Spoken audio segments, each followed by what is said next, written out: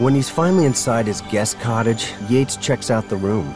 Balinese fabrics on the bed, exotic shells on the teak dresser nightstands, a longboard for the 8-foot swells on the reef, and a TV. He's as far away from civilization as he's ever been, in his own hut on a private island, thousands of miles from CNN headquarters in Atlanta. Yates can't keep his hand off the remote. Can't help but wonder what's on, which turns out to be a big mistake. Because the only thing on right now is the final minutes of life for the remaining 2 residents of the Space Hotel. The scroll bar at the bottom of the screen says, "Death in the Cosmos. 4 people have already died, and 2 are still alive." Annalise Kincaid, the cosmetic heiress, is on screen, staring into the camera saying the Lord's Prayer. When she is done, the American pilot, Rusty Eberhardt, slides into frame and says goodbye to his family. In conclusion, he says that heaven is not way out here where the doomed spaceship floats. It is in every small inch of the blue-green soul of the planet Earth and the people who live there. When he's done, he drifts away from camera, and it seems like the perfect time for them to die, having said their prayers and farewells, having spoken so eloquently and movingly. But they don't die.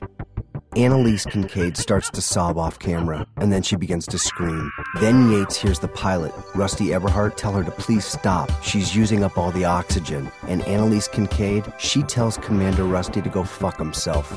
On live TV, everywhere, even Fiji. She tells him to do her a favor and use his last breath of air to fix the fucking oxygen generator or go ahead and die. And don't think I'm gonna strap you neatly in your seat with your hands peacefully folded like you did for the others, she tells him, because that's not my job.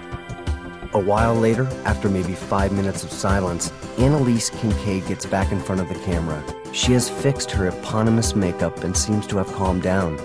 The pilot is dead, she says.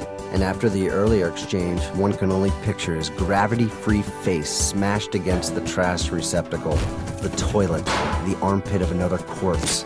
Then Annalise Kincaid unfolds a piece of paper and begins to read her last will and testament.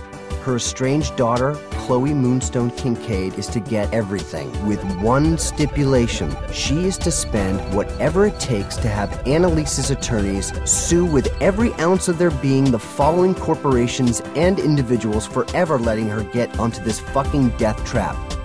The Russian space program, the makers of Soyuz spacecraft, Morton Thiokol, Chuck Yeager, Tom Wolfe, the editors of InStyle magazine, the Boeing Company, the Discovery Channel, Sirius Satellite Radio, the makers of Tang, and the shareholders and subsidiaries of Space Hotels Unlimited, including its employees, advertising agencies, and every last one of their despicable, misleading spokespeople, including Yates, the Futurist.